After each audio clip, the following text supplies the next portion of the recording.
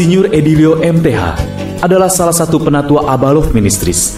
Sebagai fasilitator Christian Men's Network Indonesia, ia dikenal dengan pengajaran hati Bapa dan aktif dalam mengembangkan konsep revolusi penyembahan dengan sebutan Prophetic Priestly Worship. Dipakai Tuhan secara khusus dalam mengimpartasi substansi gereja sel, yaitu mengalami Kristus dan membangun hubungan. Beliau juga salah seorang pendiri dan pengajar STT Reds. Dan saat ini, bersama dengan tim Natural Church Development Indonesia, beliau telah melayani berbagai seminar pertumbuhan gereja, baik di Indonesia dan berbagai negara. 1, 2, 3. Puji Tuhan. Saudara, mari kita sama-sama buka di dalam Pengkhotbah pasal yang ke-10. Kita akan buka Pengkhotbah pasal yang ke-10, saudara. Kita akan baca ayat 16 sampai dengan ayat yang ke-17. Pengkhotbah pasal yang ke-10 ayat yang ke-16 sampai ayat yang ke-17. Kita akan baca sama-sama, saudara, dua ayat ini sekali lagi. Kita akan baca. Kalau sudah dapat, kita akan baca Pengkhotbah 10 ayat 16 sampai 17. Mari kita baca 2, 3. Wahai engkau tanah, kalau rajamu seorang kanak-kanak, dan pemimpin-pemimpinmu pagi-pagi sudah makan. Berbahagialah engkau tanah, kalau rajamu seorang yang berasal dari kaum pemuka, dan pemimpin-pemimpinmu makan pada waktunya, dalam keperkasaan dan bukan dalam kemabukan. 1, 2, 3. Saudara, firman Tuhan ini berkata, dia berkata, wahai atau celakalah engkau tanah, kalau rajamu adalah seorang apa? Kanak-kanak. Saudara-saudara, bayangkan kalau seorang raja, seorang pemimpin, seorang kepala itu masih kanak-kanak, maka apa akibatnya, saudara? Celakalah, katanya saudaraku, tanah. Celakalah tanah. Saudara-saudara, kita tahu tanah ini, saudara, bisa berbicara tentang masyarakat di mana kita berada. Tanah ini, saudaraku, bisa berbicara tentang lingkungan kita, bisa berbicara tentang negeri kita. Saudara, itu terpengaruh sama sekali oleh siapa pemimpinnya. Saudara-saudara, kalau pemimpinnya masih kanak-kanak, maka lingkungannya pun terpengaruh. Lingkungannya pun, saudaraku, tidak akan pernah diberkati. Firman Tuhan tadi pagi begitu jelas buat kita, saudara. Kalau seorang pria masih kanak-kanak, saudara, maka apa akibatnya, saudara? Dia nggak akan pernah bisa jadi berkat buat lingkungannya. Saudara, Tuhan mau kita bertumbuh. Bilang sama sebelah, saudara, mari kita bertumbuh, bilang. Ketika seorang pria dibilang kanak-kanak, biasanya marah, saudara. Ya, apalagi yang ngomong istri kita. Ya, saudara, istri saya dulu sering bilang begini, Papa tuh kanak-kanak. Marah, saudara. Marah banget. Tapi waktu saya mau marah, saudara, ada suara kecil bilang, emang iya. Bilang sama sebelah, saudara, kita ketawa karena kita pengalaman, bilang saudara. Ya kan? Kita pria nggak suka dibilang kanak-kanak. Tapi itu kenyataannya, saudara. Saudara, penyelidikan membuktikan begini, saudara. Dia bilang begini, saudara. Penyebab utama hancurnya keluarga di dunia ini, saudara, itu bukan perselingkuhan, bukan masalah ekonomi, bukan masalah, saudaraku, masalah yang lain, krisis ataupun apa. Saudara mau tahu apa penyebab hancurnya, penyebab utama hancurnya keluarga, saudaraku? Menurut penyelidikan yang dilakukan di Amerika, saudaraku, penyebab utamanya adalah ketiadaan bapak. Artinya, saudaraku, di rumah tidak ada bapak. Ada orangnya, tidak ada fungsinya. Ada orang yang disebut ayah, tetapi tidak ada, saudaraku, figur bapak yang bisa, saudaraku, mengayomi, yang bisa melindungi, yang bisa, saudaraku, betul-betul, saudaraku, menjadi teladan. Dan kemudian penyelidikan ini meneruskan, saudaraku, ya, meneliti apa penyebabnya, saudara, sehingga tidak ada bapak. Saudara mau tahu? Penyebab utama ketiadaan bapa ditemukan adalah karena pria belum dewasa. Karena banyak pria kanak-kanak. Saudaraku, ketika pria kanak-kanak, otomatis dia nggak bisa jadi bapak. Amin. Ketika dia tidak bisa menjadi bapak, saudaraku, apa yang terjadi, saudara? Dia nggak bisa menjadi kepala, dia nggak bisa jadi sumber. Saudaraku, ketika seorang pria kanak-kanak terus, dia nggak pernah bisa mencapai potensi maksimalnya sebagai kepala. Maka saudaraku, akibatnya dia tidak bisa jadi sumber yang melepaskan berkat. Saudara, makanya kata kepala dengan kata bapak dan kata penatua, kalau saudara selidiki di dalam bahasa aslinya, tiga-tiganya mempunyai pengertian sumber, saudaraku. Luar biasa, saudara. Ya, pria itu sumber. Bapak juga artinya sumber. Penatua, saudaraku, itu juga disebutnya abu di dalam bahasa Aramnya, saudaraku. Abah, abu bahasa Arabnya, saudaraku. Itu punya pengertian sumber juga.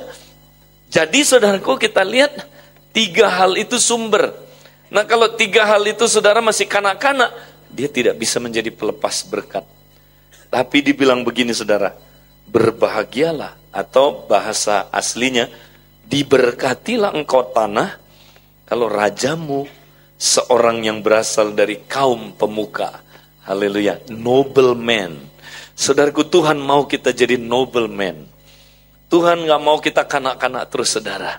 Kalau kita kanak-kanak terus, maka gereja kita menderita. Kita kanak-kanak terus, bisnis kita menderita. Kalau kita kanak-kanak terus, masyarakat kita menderita. Saudaraku, keluarga kita menderita. Tapi ini waktunya kita pria-pria mau bangkit. Dan kita mau berkata, Tuhan, aku mau menjadi dewasa. Ada yang bilang amin?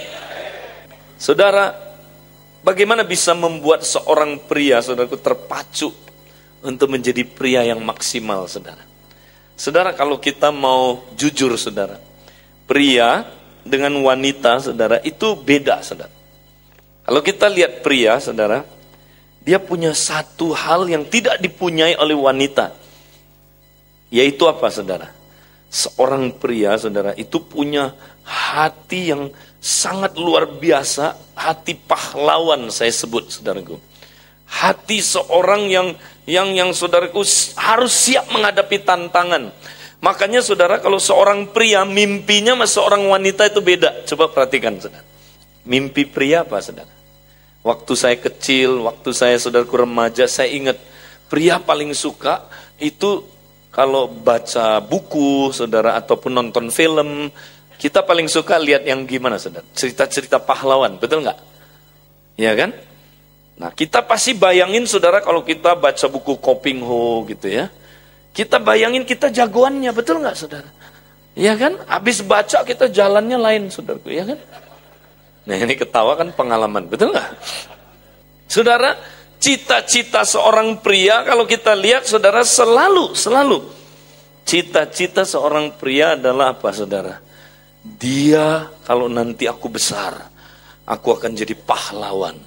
Aku akan jadi princess, ya, saudaraku, yang akan menyelamatkan putri. Kan gitu, saudara. Ya kan? Nah, cita-cita perempuan apa, saudara? Beda. Kalau cita-cita perempuan, aku akan jadi putri yang diselamatkan oleh princess tadi itu. Makanya itu wanita nunggu saudara tuh. Ya kan? Tuhan juga nunggu saudara. Makanya Ed Cole bilang, Tuhan dan wanita itu menunggu saudara untuk jadi pria sejati, saudara. Mereka nunggu. Aduh, bahagia banget deh wanita kalau kita pulih, saudara. Makanya, saudara, cita-cita mereka adalah kapan datangnya seorang pahlawan dalam hidup mereka. Dan kalau pria, saudaraku, cita-citanya adalah ingin jadi pahlawan. Tapi, saudaraku, kalau kita mau jujur, saudara, ya, kalau kita mau jujur, kita punya mimpi yang luar biasa, saudara. Wah, nanti aku besar, aku mau jadi pahlawan, menyelamatkan orang-orang dari bahaya. Ya, itu pria seneng yang gitu, saudara. Challenge yang hebat-hebat seperti itu. Tapi kalau kita mau jujur, apa yang terjadi dengan mimpi-mimpi tersebut? Kalau saudara keliling gereja, saudara keliling di masyarakat, saudara lihat banyak pria kayak begitu, saudara. Kita lihat, saudaraku, apa yang terjadi hari-hari ini, saudaraku. Yang terjadi adalah pria biasa-biasa aja, betul nggak? Oh, waktu kecil, saudaraku, mau jadi suami yang luar biasa. Itu cita-citanya, saudara.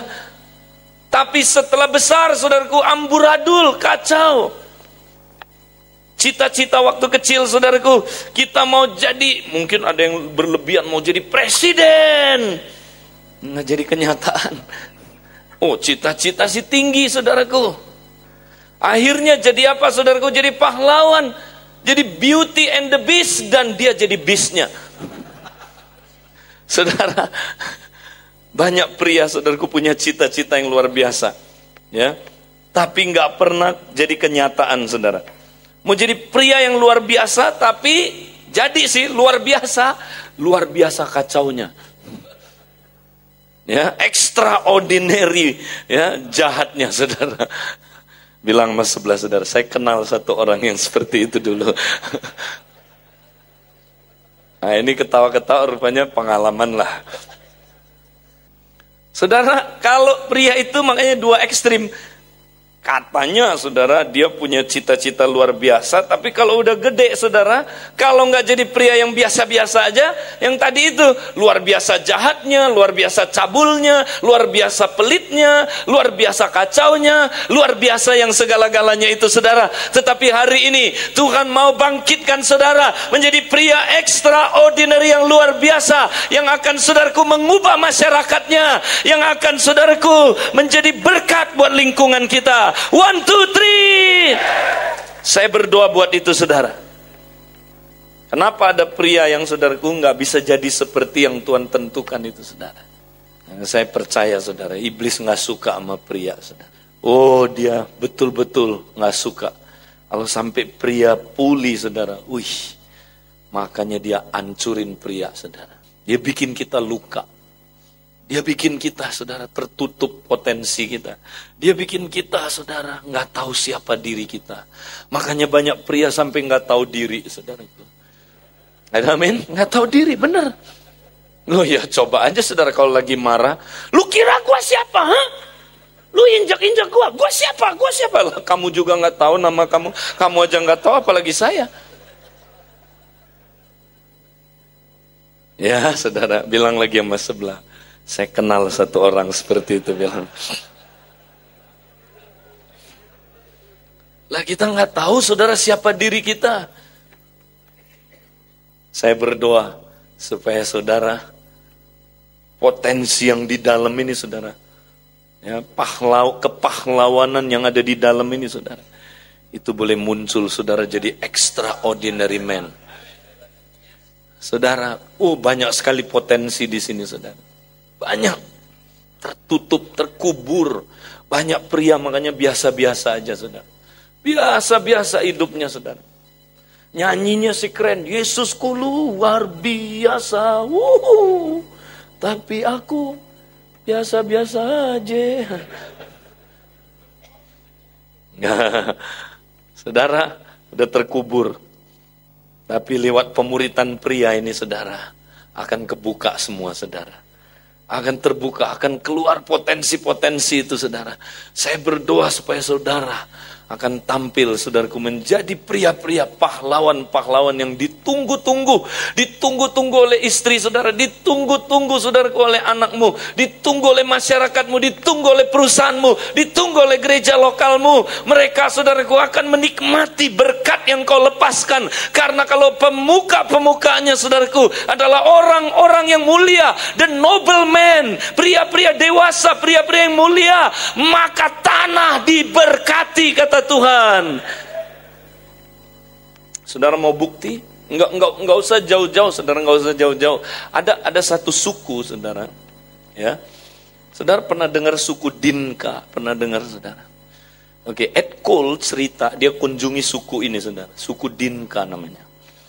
Nah, suku Dinka itu berada di Sudan, saudara.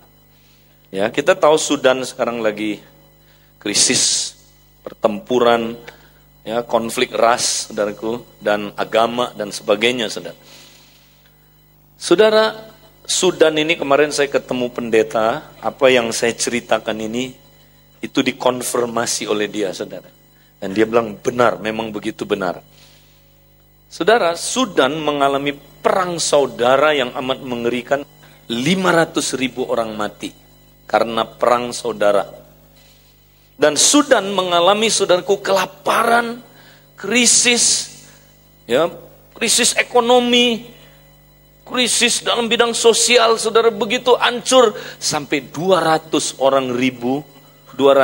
orang mati, saudaraku, karena krisis ekonomi, krisis, kelaparan. Semua suku-suku di seluruh Sudan, saudaraku, itu mengalami kegoncangan-kegoncangan yang mengerikan. Kecuali cuma ada satu suku yang nggak kena goncangan itu, saudara. Nggak kena. Suku ini krisis mau kayak gimana, tetap diberkati, saudaraku. Tetap tenang-tenang aja. Suku ini, saudaraku, mulai diselidiki. Kenapa? Kenapa yang lain hancur lebur, saudaraku, suku ini enggak? Ed Cole pernah ke sana, saudara, dan menyelidikinya. Ternyata struktur budaya dari suku ini, saudara, adalah sangat alkitabiah, saudara. Ya, saudara, ditanya, apa kuncinya sampai suku kalian tuh bisa ekonominya begitu baik? Ya. Terus, saudara, di suku ini jarang ada pemerkosaan, jarang ada perampokan. Suku ini terkenal, saudaraku, di seluruh dunia, suku yang paling jarang bohong. Di situ, saudaraku, hampir tidak ada pencuri. Hampir nggak ada pencuri. Rumah nggak usah dikunci, saudaraku, jarang ada pencuri. Nah, diselidiki, saudaraku, kenapa? Saudara tahu, waktu diselidiki, suku ini bilang, karena kami diajar dari dulu, ya, pria selalu punya 3 fungsi, dia bilang. Waduh, kaget, saudara. Ini budaya ini, saudara, udah ada sebelum Kristen, ya, saudaraku, tiba ke sana. Pria punya 3 fungsi, katanya, di dalam masyarakat kami. Pertama apa? Ditanya, pertama adalah pelindung, protector. Pria itu, dia kemana-mana, dia mesti jadi bapak. Nah, kaget, saudara. Jadi bapak. Kami itu bapaknya masyarakat. Kami kalau ada di sekolah, pria kami itu bapak. Kami di mana-mana jadi bapak, pelindung. Kedua, kami itu adalah, ya, yang mengarahkan, guide. Kami kemana-mana, kalau ada apa-apa, pria itu mesti langsung ambil tanggung jawab mengarahkan. Waduh. Saudara, kemudian yang ketiga ditanya lagi, apalagi fungsinya? Fungsi yang ketiga adalah kami provider. Pria itu adalah yang menyediakan. Makanya suku kami nggak pernah kekurangan. Pria itu kerja keras. Suku yang paling kerja keras, saudaraku, di seluruh Sudan adalah suku Dinka. Dan mereka diberkati, saudara. Luar biasa. Bukankah ini fungsi pria sejati, saudaraku, 3 ini? Guard, guide, sama satu lagi apa, saudaraku? Govern. Ya kan? Saudaraku, ini fungsi dari 3 fungsi utama seorang pria. Ini adalah fungsi yang diberikan oleh Tuhan ketika dia, saudaraku, menciptakan Adam. Dan dia berkata kepada Adam supaya Adam memelihara taman itu. Dia adalah penjaga taman itu, saudara. Ya, dia adalah guard, penjaga, saudaraku. Kemudian, saudaraku, Adam mesti, saudaraku, memelihara taman itu, saudara. Ya, dia mesti, saudaraku, pertama guard.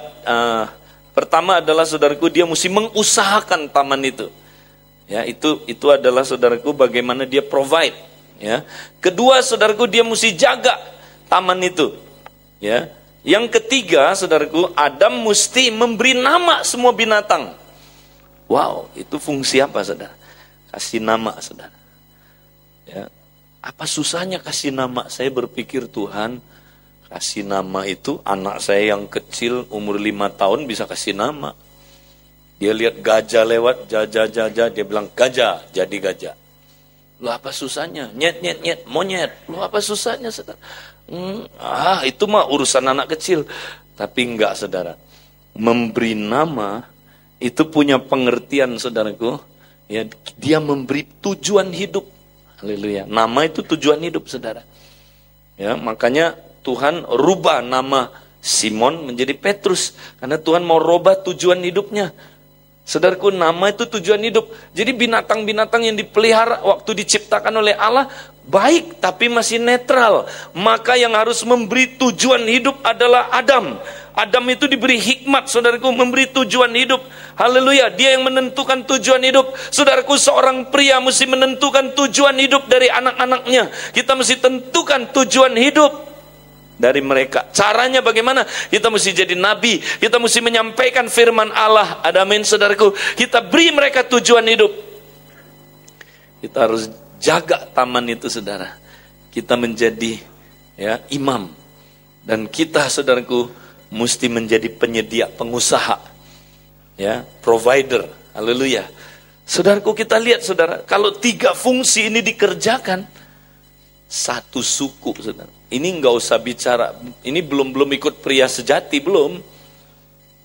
Satu suku, saudara. Prianya mulai berfungsi kayak gitu aja. Begitu luar biasa, saudara. Apalagi kita, bilang sama sebelah, saudara, apalagi kita lebih dahsyat, saudaraku. Ada amin. Wow, luar biasa, saudara. Saudara, kalau pria bangkit itu, saudara, itu dahsyat akan terjadi. Ya, kemarin kami, saudara, ke Bangladesh. Kami kagum lihat pekerjaan Tuhan. Saudara, di Bangladesh, saudara, bahkan orang-orang tidak percaya, saudara. Mereka mau ikut seminar ini, saudara. Dimulai dari 3 tahun yang lalu ada 5 orang tidak percaya, saudara, ikut seminar ini. Ikut, mereka bilang begini, bagus banget katanya. Wah, ikut katanya. Kita membahas tentang pria sejati katanya. Akhirnya 5 orang ini pulang, saudara. Dilawat Tuhan. Ya, dia nggak sadar, dia rupanya udah masuk surga. Ada amin, saudaraku. Ya, tanpa dia sadar, dia udah, habis setiap session maju terus. Ya, itu kan berarti udah kesono kan. Amin, saudara. Nah, lalu, saudaraku, 5 orang ini, saudara, ajak temennya, saudara. Nah, tahun lalu, saudara, kami adakan lagi, itu lagi banjir, saudara tahu lagi banjir kan, tahun lalu, Bangladesh. Kami pikir, ya ilah, pakai bayar lagi nih, udah banjir, bayar lagi. Di Bangladesh, kalau kita nggak pernah kasih gratis, itu jarang orang yang mau ikut. Ini camp lagi, saudara. Camp pertama yang pakai bayar, terus banjir. Waduh, kita pikir kira-kira datang nggak ya? Kaget, saudara, tahun lalu begitu kita adakan pertama kali bikin acara camp, 220 orang hadir, saudara. Pria semua, dan 220 ini, saudara, 60 adalah orang-orang sono itu, saudara. Orang tidak percaya. Siapa yang ngajak 60 ini? Yang 5 itu, 1 orang bawa 5 lagi. Waduh, datang katanya. Ya, kira-kira bawa berapa orang lah, ya, semua mereka, saudara. Nah, apa yang terjadi, saudara? 60 orang ini, saudara, 50 orangnya terima Yesus. Dan tahun ini, saudara, kami pergi, kaget, saudara. 300 lebih yang ikut. Dan 120 mereka bawa kali ini, saudara, orang yang tidak percaya. 120-an orang, saudaraku. Dan mereka kaget, saudara. Mereka cerita, ketika mereka pulang dari pria sejati, mereka praktekkan, saudara. Istri-istri mereka diberkati. Istri-istri mereka berubah. Yang tadinya, saudaraku, kalau di sana pria itu jagoan, saudara. Pria itu, ya, kalau angkat apa, itu perempuan di depan, saudaraku. Perempuan angkat-angkat apa, prianya di belakang, ya, saudaraku, santai. Bilang sama sebelah, saudara, itu dulu saya, bilang. Ya, saudara. Tapi sekarang luar biasa, ibu-ibunya bersaksi, waduh, suami saya dahsyat. Ya, sekarang dia yang ngangkat. Ya, bukan cuma itu, dia bisa nyuci di rumah. Aduh, istri-istrinya nangis bahagia sekali, saudaraku. Dan mereka merasakan ada perubahan di keluarga-keluarga itu, saudara. Dan kali ini datang 120 orang, maksudnya orang sono. Nah, yang saya kaget, saudara, session pertama Waktu saya khotbah saya kaget. Fundamental lah begitu saudara. Tapi fundamental nggak fundamental saudara. Session pertama udah 95% maju. Session kedua kosong men, maju semua saudara. Oh maju semua, nangis-nangis dilawat Tuhan saudaraku. Mau yang janggutan nggak janggutan, pokoknya sama Tuhan dilawat saudaraku, luar biasa. Dan mulai terjadi sesuatu yang dahsyat saudara. Saudara, Tuhan itu ajaib. Ya, saudara, saya melihat di mana-mana. Prinsip ini universal, saudara. Ya, dibutuhkan di mana-mana, dan kalau kita bawa berita ini, saudara, kita akan lihat pemulihan-pemulihan terjadi, saudara. Kita doakan supaya terjadi di gereja lokal kita. Amin. Terjadi, saudaraku, di masyarakat kita. Kita doakan. Ya, saudara, ini belum pernah terjadi, kita dapat kemurahan. Di Amerika nggak terjadi sampai kayak begini, saudara. Tuhan kasih kita kemurahan. Memang Tuhan mencintai kita, saudaraku. Tuhan kasih kita khusus, lawatan yang khusus, saudara. Ini terjadi di mana-mana. Kita doakan dan kita nggak boleh sombong dan kita mesti setia lebih lagi. 1, 2, 3. Api ini betul yang tadi Pak Robert katakan akan dibawa dari Indonesia, saudara. Saya yakin betul, saudara. Akan dibawa dari kita. Saudara, saya ingat beberapa tahun yang lalu, saudara, seorang hamba Tuhan, saya mau katakan pelayanannya kenabian, saudara. Dia bernubuat, dia bilang begini, saudara, Indonesia akan mengalami kebangunan rohani yang belum pernah kalian pikirkan sebelumnya. Nanti stadion-stadion penuh dengan manusia, katanya, saudara. Itu sampai penuh-penuh orang datang, saudaraku, nggak ada tempat. Ibadah di mana-mana, saudara. Dia bilang, tapi ada satu syarat. Kalau di Indonesia ada bapak-bapak rohani, saudara. Ada bapak. Saudara, nah siapa yang mesti jadi bapak? Kalau bukan saudara dan saya. Saudara, diperlukan bapak-bapak. Saudara, pria itu, saudara, kalau dia nggak pernah ada orang yang jadi bapak buat dia, saudara. Membangkitkan giant yang ada di dalam dirinya, saudara. Membangkitkan extraordinary man yang tersembunyi dalam dirinya. Yang tidak ada pada wanita tetapi ada pada pria. Yaitu kepahlawanannya, saudara. Yang akan muncul, yang akan dahsyat dipakai oleh Tuhan. Itu diperlukan bapak-bapak. Saudara, kita banyak sekali gak punya bapak yang mengarahkan kita. Saya waktu kecil, saudaraku, gak punya bapak, saudara. Artinya bapak saya, saudara, nggak pernah mengarahkan saya. Dia disebut papa buat saya, tapi bukan bapak yang mengarahkan saya, saudara. Dia baik sama saya, tapi dia nggak pernah mengarahkan saya. Makanya saya potensinya, saudara, ya nggak bisa tumbuh. Berapa banyak saudara di tempat ini demikian juga, saudara. Saudara, kita waktu kecil nggak pernah diarahkan. Waktu kecil nggak pernah ditegur. Waktu kecil nggak pernah dibapai, saudara. Tuhan mau bapai kita waktu ini, saudara. Saudara tahu nggak, bapak kita di surga itu, dialah sebenarnya bapak kita yang sejati, saudara. Yang di dunia itu cuma titipan, saudara. Ya, itu cuma karoserinya, mesinnya yang dari sono, saudara. Amin. Ya, makanya saudara modelnya mirip bapak saudara, ya karoserinya sama, amin. Tapi mesin dari sono, amin, saudara. Itu bapak kita yang sejati dari sono tuh. Saudara, saya punya banyak pengalaman, saudara. Ngelihat orang-orang di pria sejati, saudara. Waktu mereka kenal pelayanan ini, saudara. Ini pelayanan yang dahsyat. Ini pelayanan membawa hati bapak-bapak kepada anak-anaknya, saudara. Ini pelayanan roh Elia, katanya. Roh dan kuasa Elia. Ini nggak main-main, saudara. Ini memulihkan manhood. Memulihkan orang supaya orang jadi bapak. Supaya dia bisa jadi sumber tadi itu, saudara.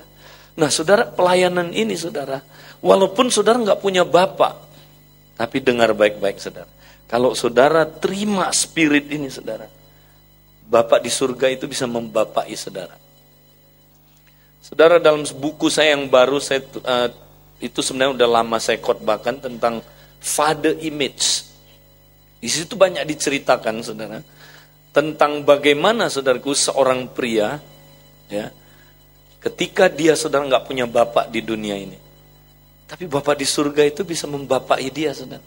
Satu hari saya habis khotbah, saudara. Ini ada kaitan sama pria. Ada seorang pria, saudara. Dia nggak pernah bapaknya ajak dia main, nggak pernah, saudara. Bapaknya itu sibuk, tukang tinggalin dia, saudara, dari kecil. Jadi dia main sendiri, saudara, hancur hidupnya, saudara. Nggak ada yang pernah ngarahin dia. Ya, nggak ada yang pernah ajak dia, saudaraku, main olahraga, saudara. Nggak pernah. Nah, apa yang terjadi, saudara? Waktu satu hari saya khotbah, dia menangis. Saya bilang, tahukah saudara, Bapak di surga itu real. Bapak di surga itu nyata. Dia lebih real sebenarnya dari Bapak kamu yang ada di dunia ini. Kenapa? Oh, kata Yesus demikian, saudara. Yesus bilang, barang siapa mengasihi aku dan Bapa akan datang kepada dia dan akan tinggal di dalam dia. Loh, Bapak saudara nggak tinggal dalam saudara. Tapi Bapak di surga tinggal dalam diri kita. Ada amin, saudara? Lalu dia jelaskan bagaimana kita bisa merasakan Bapak dalam diri kita dan kita di dalam Bapak. Ayat sebelumnya dibilang, yaitu melalui Roh Kudus. Roh Kudus membuat kita bisa tahu Bapak dalam kita dan kita dalam Bapak. Makanya Roh Kudus memberikan kita roh yang bisa menyebut Aba ya Bapak. Ada amin, saudaraku? Berarti Tritunggal berfungsi. Di dalam diri kita ada Bapak, ada Anak, ada Roh Kudus di situ, saudaraku. Itu luar biasa. Saudara-saudara, Bapak kita lebih dekat. Bapak yang di sorga lebih dekat dengan Bapak yang ada di dunia ini. Apakah saudara pernah ngalami dia, saudara? Hari ini, saudara. Kalau saudara nggak pernah bisa jadi extraordinary man, saya mau berdoa supaya hari ini saudara akan ngalami Bapak hari ini, saudara. Saudara, Bapak itu baik sekali, saudara. Dia adalah Bapak yang paling baik. Saudara, saya sangat diberkati, ya, melihat sebuah kejadian, saudara, yang teman-teman kami bawa, saudaraku, VCD ini mungkin sebagian saudara udah pernah lihat, saudara. Ada seorang bapak, saudara. Dia begitu sayang sama anaknya, saudara. Karena anaknya cacat, saudara. Cacatnya nggak tanggung-tanggung. Cacat nggak bisa bergerak tangannya, nggak bisa jalan, saudara. Dan nggak bisa ngomong. Anak ini kalau mau komunikasi sama bapaknya mesti pakai bahasa sign language, saudara. Saudaraku, cacat seumur hidupnya, saudara. Tapi bapaknya sayang banget sama anak ini, saudara. Dipelihara anak ini. Dipelihara. Walaupun dia nggak bisa jalan, dipelihara. Dia nggak bisa ngomong, dipelihara. Dia nggak bisa, saudaraku, apa-apa. Dia dipelihara, disayang. Satu hari anak ini bilang begini, Pak. Dia pakai bahasa sign language. Pak, saya punya cita-cita, Pak. Boleh nggak satu hari, Pak, saya ikut lomba triathlon. Saudara tahu itu trilomba, di mana orang, saudaraku, harus berenang, naik sepeda, habis itu, lalu gantian lari. Bayangin, saudaraku, dia cacat kayak begitu, saudaraku, hancur kayak begitu, saudara. Bagaimana mau ikut lomba trilomba itu, saudaraku? Jalan aja nggak bisa, ngomong aja nggak bisa, gimana mau ikut lomba? Tapi itulah pria, walaupun saudaraku dia cacat, tetapi hatinya tidak cacat. Di dalam hatinya ada semangat, ada giant, ada pahlawan, saudaraku. Ada satu wild heart, saudaraku, di mana dia ingin, saudaraku, menjalani hidup ini, ingin mencapai hal-hal yang besar. Tapi dia nggak bisa. Tapi dia minta papanya, Pak, boleh nggak? Saya, Pak, boleh ikut perlombaan itu. Waduh, papanya syok, saudara. Gimana? Yang dia mau ikut perlombaan internasional lagi, saudara. Siapa yang mau kasih? Satu hari papanya di Kona ada perlombaan itu, saudara. Dia nekat daftarin, saudara. Wih, panitianya bingung. Gimana lombanya, saudara? Saudara, akhirnya dia diizinkan, saudara. Diizinkan. Saudara tahu bagaimana anak ini, saudaraku, lombanya? Ternyata papanya bikinin sebuah perahu, saudara. Anak yang cacat ini, saudaraku, ditidurkan di atas perahu, saudara. Dan papanya tarik pakai tali, dia berenang, saudara. Dia berenang, saudara. Dia berenang demi anaknya, saudaraku. Itu bermil-mil supaya saudara tahu. Demi anaknya dia berenang. Habis itu saudaraku, dia gendong anaknya. Dia taruh saudaraku di atas kayak becak begitu saudara. Kemudian anaknya ditaruh, dia yang dayung saudaraku. Itu bermil-mil jauhnya saudaraku. Kemudian saudaraku, habis itu dia gendong lagi anaknya, taruh lagi di kereta dan dia lari. Dia lari saudaraku. Dan perlombaan dimulai saudaraku. Semua orang sudah mencapai finish. Udah habis semuanya peserta, udah lewat. Tapi penonton gak mau pulang saudaraku. Karena mereka mau tunggu anak dan bapak yang daftar ini saudara. Ditunggu saudaraku, ditunggu. Saudara tahu, 8 jam kemudian saudaraku. Setelah 8 jam, dari jauh mereka lihat saudaraku. Ada seorang bapak yang bergumul, ngos-ngosan. Tapi dia terus lari saudaraku. Dia lari, dia dorong anaknya saudara. Dorong dan sampai ke garis finish saudaraku. Anak ini tepuk tangan. Walaupun gak sempurna tangannya saudara. Bapaknya menangis, semua orang menangis saudaraku. Saudara, itulah gambaran Bapak kita yang di sorga. Itulah hati seorang bapak saudara. Saudara dan saya adalah seperti orang yang cacat ini saudara. Engkau seperti orang cacat yang ketika dulu sebelum percaya Yesus, atau dulu sebelum saudara kenal pemuritan pria, saudara tidak ada seorang pun yang membapai engkau, sehingga engkau hancur hidupnya. Kau tidak mampu apa-apa saudaraku. Tetapi saudaraku, Bapakmu yang di surga menemukan engkau. Dan dialah Bapak ini saudara, yang mau membawa engkau mencapai garis finish. Berapa banyak saudaraku hari ini, saudara sadar kasih Bapa yang luar biasa, kasih Bapa yang tidak terhingga itu saudaraku, dia mau menjamah engkau sore hari ini. Berapa banyak saudara setelah engkau mendengar firman Tuhan dan engkau melihat penayangan ini, engkau berkata, Tuhan, aku mau menjadi extraordinary man. Tuhan, bawa aku mencapai garis finish itu Tuhan.